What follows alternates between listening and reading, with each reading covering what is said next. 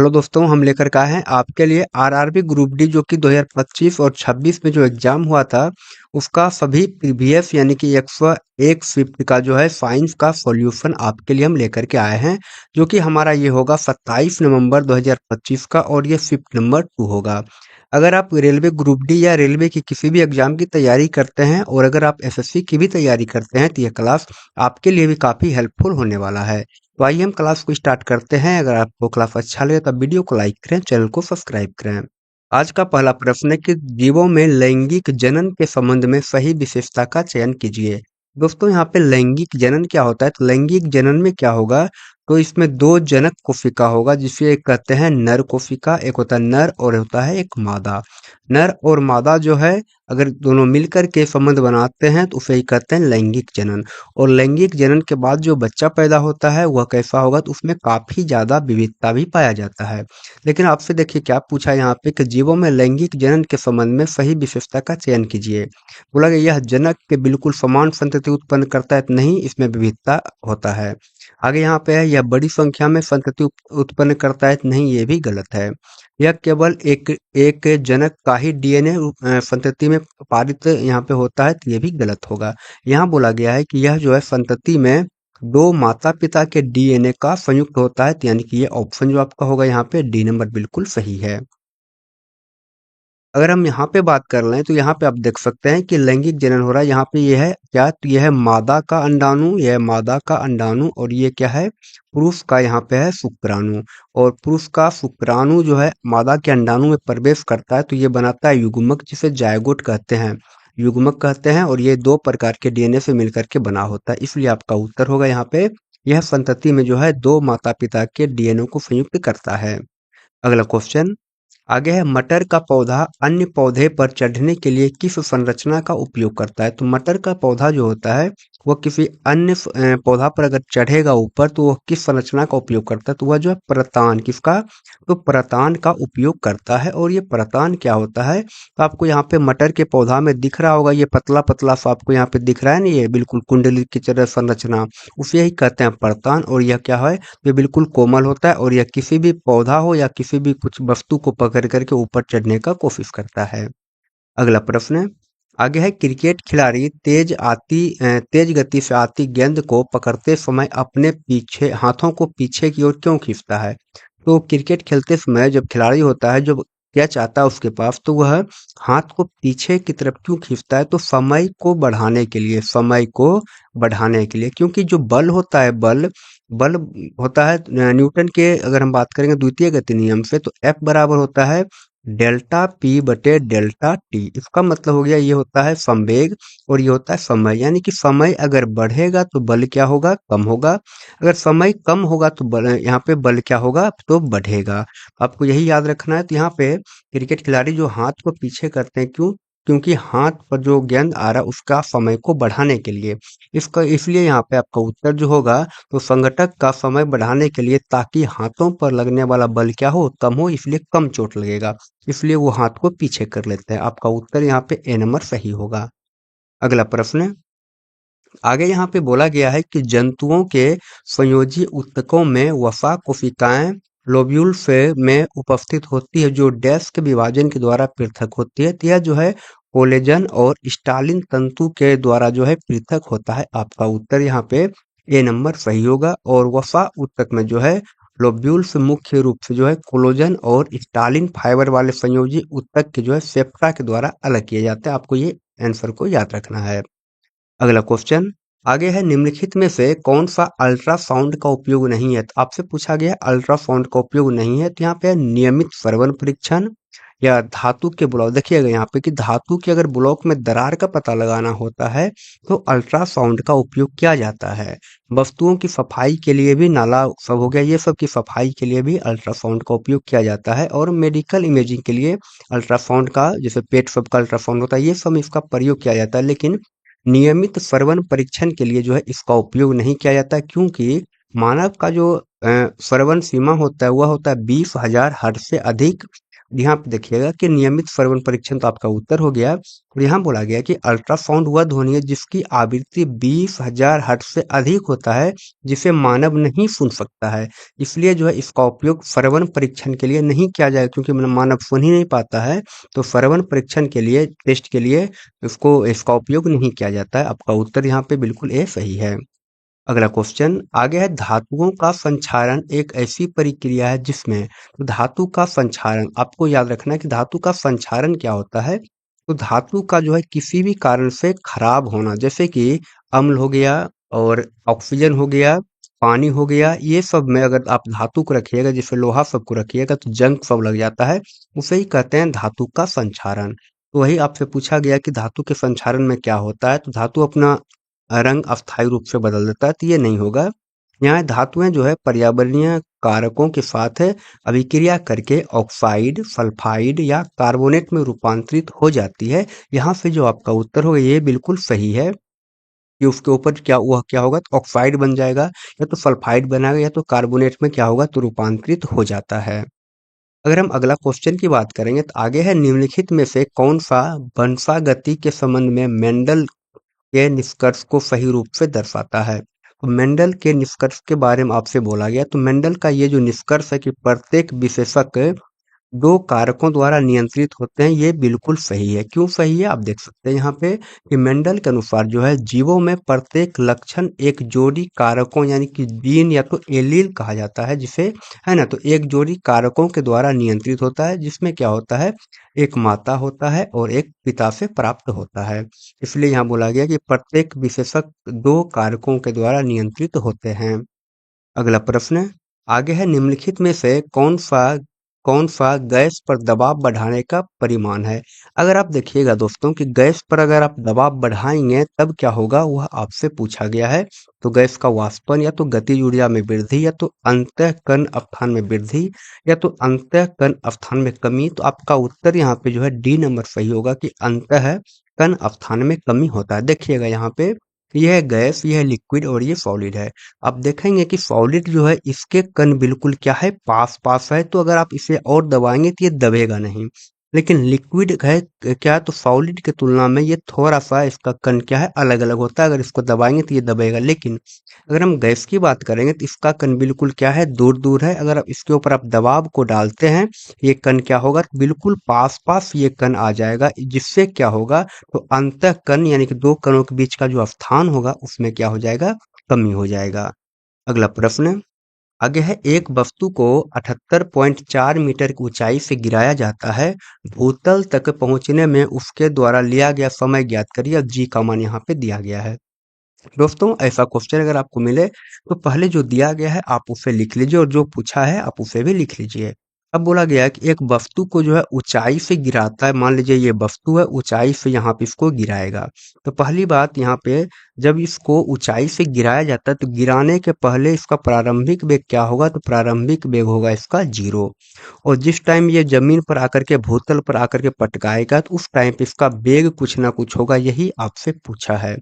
लेकिन बोला गया कि कितना ऊंचाई से, तो 78.4 मीटर, मतलब ये हो जाएगा विस्थापन या तो दूरी हो जाएगा। तो एस बराबर हम इसको लिखते हैं, तो ये हो जाएगा 78.4 मीटर। उसके बाद बोला गया इसके द्वारा लिया गया समय यानी कि टी क्या है, अच्छा यहाँ पे आपसे पूछा कि लिया गया समय ज्ञात करिए। आपसे यहाँ पे पूछा गया कि टी क्या होगा, ये आप बताइए। भी के बारे में नहीं पूछा गया है। तो टी यहाँ पे क्या होगा, तो ये आपको यहाँ पे बताना है। और जी का मान दिया गया है 9.8 मीटर प्रति सेकंड स्क्वायर। हम यहाँ से गति का द्वितीय समीकरण लगाएंगे जो कि होता है एस बराबर U T plus half A T square, होता है गति का द्वितीय समीकरण।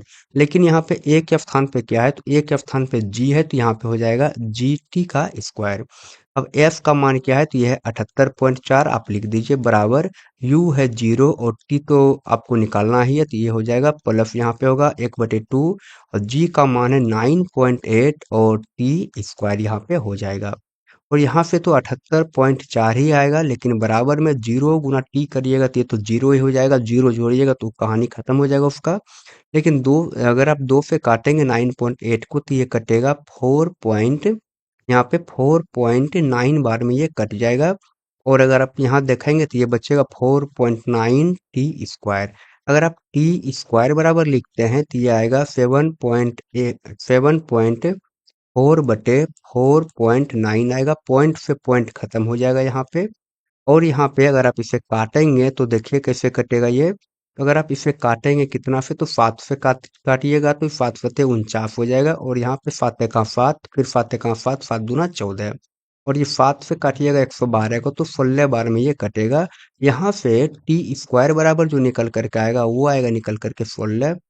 और टी बराबर क्या हो जाएगा, तो ये होगा √16। और √16 का वर्गमूल होगा 4। लेकिन समय है तो समय का ऐसा मात्रक जो होता है वो होता है सेकंड। तो यहाँ से आपका उत्तर जो है 4 सेकंड बिल्कुल सही हो जाएगा।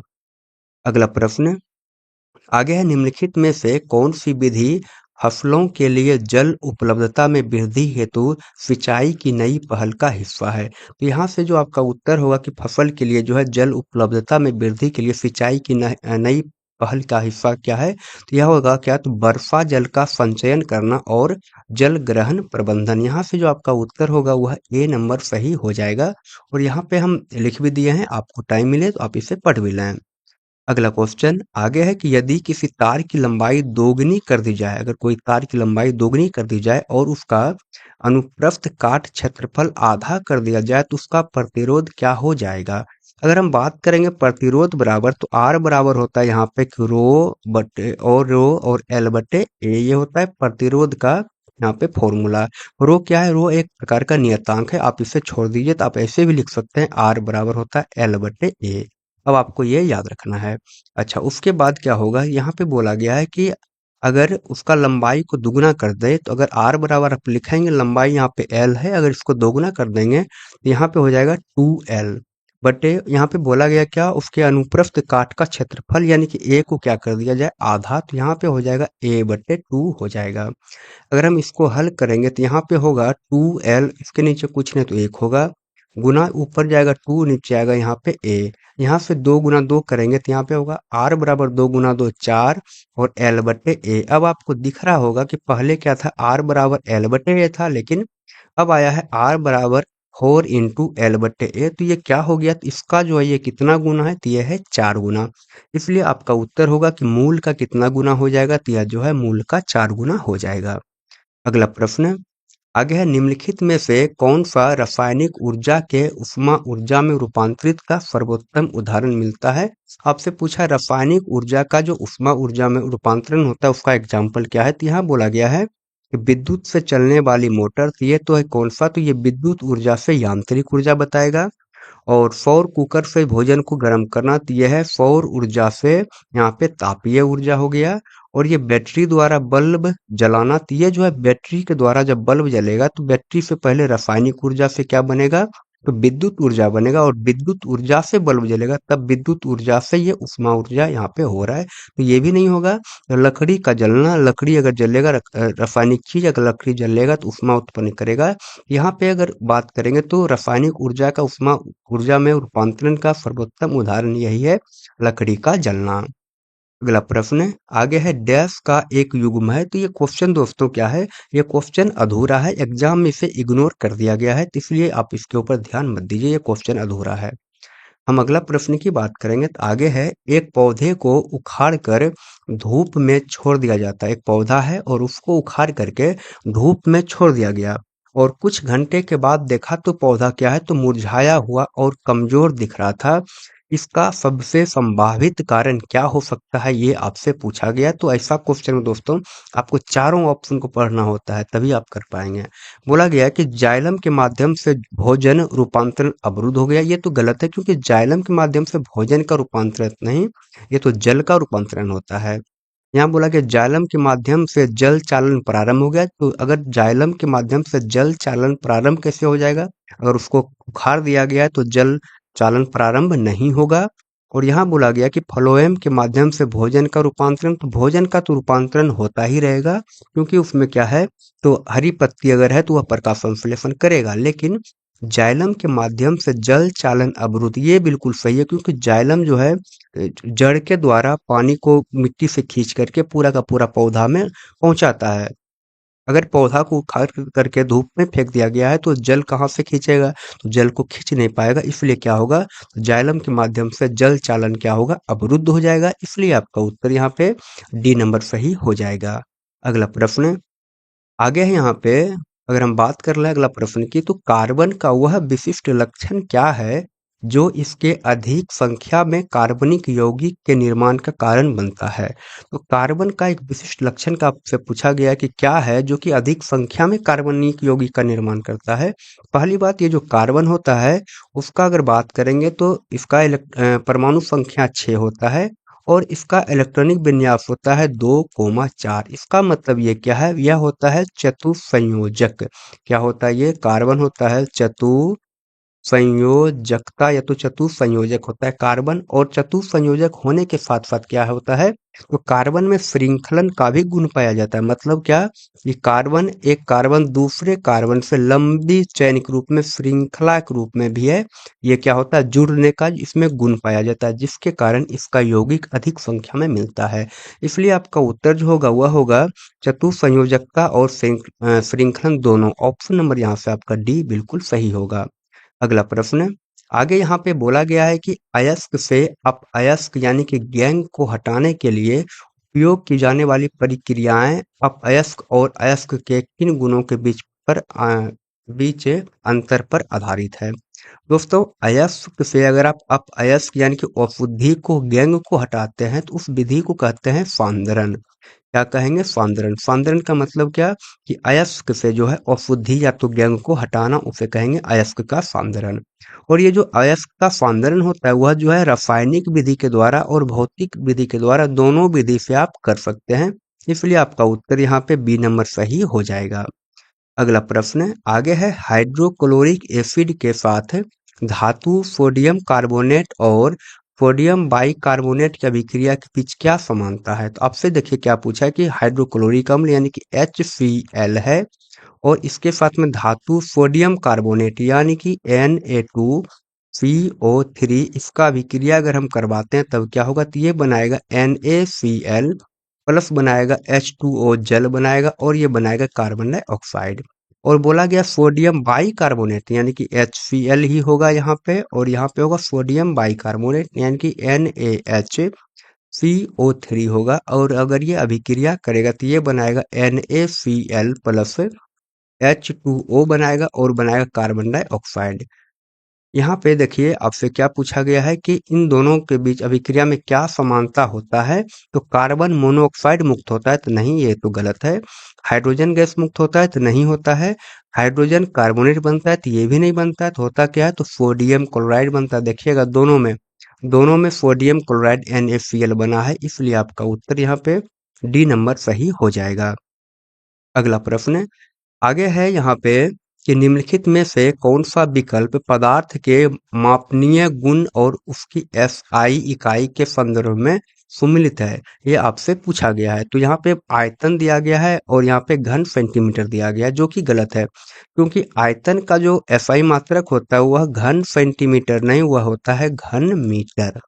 उसके बाद यहाँ पे दाब का जो SI मात्रक दिया गया ये न्यूटन नहीं होता, दाब का होता है पास्कल। दाब का होगा पास्कल। उसके बाद तापमान का कैलोरी नहीं होगा, तापमान का क्या होगा? तो तापमान का होता है SI मात्रक केल्विन। क्या होता है? केल्विन। और यहाँ पे घनत्व का दिया गया किलोग्राम प्रति घन मीटर। ये आपका उत्तर यहाँ पे सही होगा, ये बिल्कुल सही दिया गया है। बाकी तीनों क्या है? गलत था।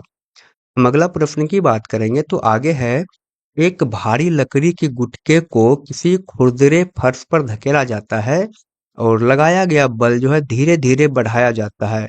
यहाँ पे देखिएगा क्या पूछा है आपसे कि एक लकड़ी का जो है भारी गुटका है जो कि खुरदरा फर्श पर धकेला जाता है और लगाया गया बल क्या है? धीरे धीरे बढ़ाया जाता है।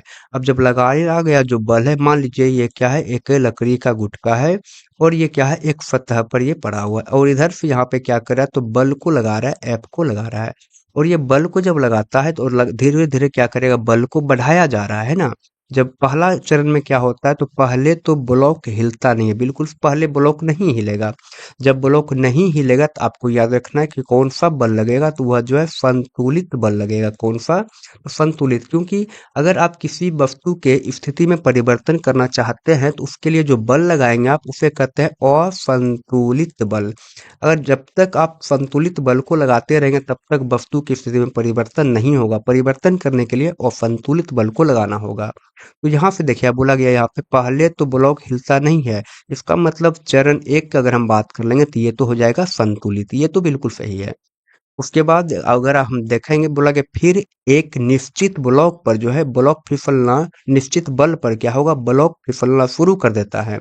अब जब बल यहाँ पे ब्लॉक फिसलना स्टार्ट कर देगा, मतलब गति में इसका स्थिति में परिवर्तन आएगा, इसका मतलब जो बल लगा तो असंतुलित, ये तो नहीं होगा। यहाँ पे है, यहाँ पे पहला चरण है संतुलित, दूसरा हो जाएगा असंतुलित है ये। अब ठीक है, अब यहाँ बोला गया कि अंततः यानी अंत में क्या होता है, जब ब्लॉक फिसल रहा होता है तब वह बेग स्थिर बेग से चलता है। यानी कि वह स्थिर बेग से चल रहा है, यानी कि उसमें त्वरण काम नहीं कर रहा है, त्वरण नहीं बढ़ रहा है। अगर स्थिर बेग से चल रहा है तो उसे भी हम कहते हैं संतुलित बल।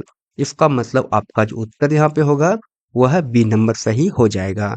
अगला क्वेश्चन आगे है यहाँ पे कि उत्तल लेंस को अभिसारी लेंस भी कहा जाता है, क्योंकि उत्तल लेंस दोस्तों अगर हम बनाएंगे तो ये होता है आपका उत्तल लेंस, और इसे कहते हैं मुख्य अक्ष। उसके बाद देखिए, अगर उत्तल लेंस के अगर आपको हम बताएंगे तो उत्तल लेंस के जो है मुख्य अक्ष के समांतर जो आने वाली प्रकाश किरणें हैं, क्या बोले हम कि उत्तल लेंस के मुख्य अक्ष के समांतर आने वाली प्रकाश किरणें क्या होता है, सभी किरणों को अपवर्तित के बाद यानी अपवर्तन होने के बाद एक बिंदु पर क्या करता है, इकट्ठा कर देता है। एक बिंदु पर इकट्ठा कर देता है, जब इकट्ठा कर देता है इसलिए हम इसे कहते हैं अभिसारी। क्या कहते हैं? तो अभिसारी लेंस इसे कहते हैं। क्यों? क्योंकि यह प्रकाश की किरण को एक जगह कन्वर्ज कर देता है, इकट्ठा कर देता है। इसलिए जो आपका यहाँ पे उत्तर हो जाएगा, क्या होगा, यह समांतर किरणें को एक बिंदु पर केंद्रित करता है। अ, हाँ ठीक है, ये बिल्कुल सही है कि यह जो है समांतर किरणों को जो है एक बिंदु पर केंद्रित कर देता है। देखिए यहाँ पे केंद्रित कर दिया है, इसलिए आपका उत्तर यहाँ पे क्या होगा, ए नंबर सही हो जाएगा। हम अगला प्रश्न की बात करेंगे तो आगे है, सांद्र सल्फ्यूरिक अम्ल को निर्जलीकरण कारक माना जा सकता है क्योंकि यह निम्नलिखित में से डैश से जल को हटाता है। तो यह जो है सल्फ्यूरिक अम्ल जिसका कि फॉर्मूला होता है H2SO4, इसे कहा जाता है निर्जलीकरण कारक। यानी कि यह किसका काम क्या है, यह जो है ग्लूकोज से जो है जल को हटाता है, इसलिए आपका उत्तर यहाँ पे डी नंबर सही हो जाएगा। और यहाँ पे सांद्र H2SO4 एक प्रबल निर्जलीय कारक है जो ग्लूकोज या चीनी जैसे कार्बोहाइड्रेट से जल के अणुओं को क्या करता है, तो अवशोषित कर लेता है। अगला प्रश्न है, आगे है, एक कोशिकीय जीव का समान अनुवांशिक सामग्री वाले दो बराबर संतति कोशिकाओं में विभाजन को निम्नलिखित में से क्या कहा जाता है। दोस्तों एक कोशिकीय जीव का मतलब आप समझेंगे, अमीबा जो होता है यह होता है एक कोशिकीय जीव। अगर अमीबा जनन करेगा, जनन करने के बाद अगर अपने जैसा संतान को चाहेगा तो यह क्या होता है, आप यहाँ पे देख सकते हैं। इसमें क्या होता है, ये अमीबा है, ये अमीबा आगे चल के देखिए धीरे धीरे करके अलग होना स्टार्ट हुआ है। अगला में देखेंगे आपकी ये बहुत ही ज्यादा हद तक क्या हुआ, अलग हो गया है। और उसके बाद ये क्या हुआ, दो क्या होगा, दो संतति यानी कि दो संतानों में यहाँ पे क्या हो गया है, विभाजित हो गया है। और अगर एक वस्तु दो भाग में विभाजित होकर के नया जीव का निर्माण करता है, हम उसे कहते हैं बाइनरी विखंडन। इसलिए यहाँ पे आपका जो उत्तर होगा वह बाइनरी विखंडन, बिल्कुल यहाँ पे सी नंबर सही हो जाएगा। अगला प्रश्न आगे है यहाँ पे कि किसी जीव में कोशिका भित्ति का स्थान क्या होता है। अगर किसी कोई जीव है और ये कोशिका भित्ति जो होता है यह केवल पादप कोशिका में पाया जाता है, आपको याद रखना है, पादप कोशिका में ही पाया जाता है कोशिका भित्ति। और ये कोशिका भित्ति क्या होता है, सबसे बाहरी आवरण होता है। और ये किसके बाहर का, तो कोशिका जो झिल्ली होता है, कोशिका झिल्ली के बाहर होता है क्या, तो कोशिका भित्ति। यहाँ पे आपका अगर बात करें उत्तर का, तो किसी जंतु कोशिका में प्लाज्मा झिल्ली के ठीक अंदर, प्लाज्मा झिल्ली के ठीक अंदर नहीं, प्लाज्मा झिल्ली के बाहर होता है।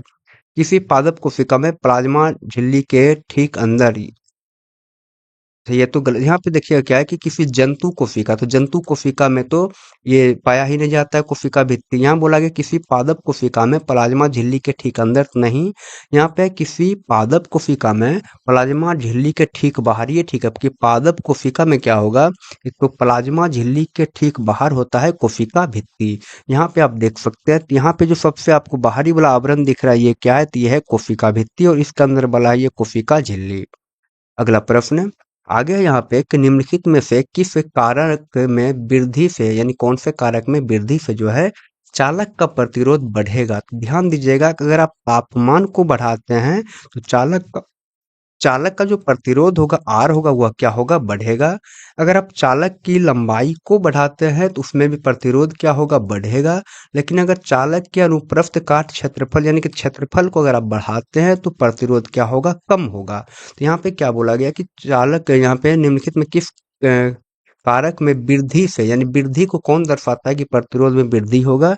यहाँ पे 3 नंबर तो होगा नहीं, यहाँ पे है 2 नंबर और 1 नंबर। यहाँ पे यानी कि क्या होगा, तो चालक का अगर तापमान बढ़ेगा तो प्रतिरोध बढ़ेगा, चालक की लंबाई भी बढ़ेगा तो प्रतिरोध क्या होगा, बढ़ेगा। यहाँ से आपका उत्तर ए नंबर, 1 नंबर और 2 नंबर दोनों सही है। अगर हम इसके बारे में बात कर लें अगला प्रश्न के बारे में, तो न्यू कार्टेशियन साइन कन्वेंशन के अनुसार जो है यदि प्रकाश की किरण वस्तु से लेंस तक जाती है तो वस्तु हमेशा इसी प्रकार रखी जाती है कि, ध्यान दीजिएगा, अगर आप लेंस की बात करेंगे तो उत्तल लेंस हो या तो अवतल लेंस हो, तो न्यू कार्टेशियन साइन कन्वेंशन के अनुसार क्या होता है, वस्तु को जब भी रखा जाता है तो वह कहाँ पे, तो लेंस के किधर, तो लेंस के जो है बाईं ओर ही रखा जाता है। किधर, तो बाईं ओर ही रखा जाता है। इसलिए आपका उत्तर यहाँ पे क्या होगा, वस्तु जो है लेंस के बाईं ओर हो। यहाँ से आपका उत्तर क्या होगा, ये सही हो जाएगा। अब बताइए दोस्तों कि आपको क्लास कैसा लगा। अगर आपको क्लास अच्छा लगा हो तो आप वीडियो को लाइक करें, चैनल को सब्सक्राइब करें। हम मिलते हैं अगले क्लास में आपसे, तब तक के लिए बाय, थैंक यू।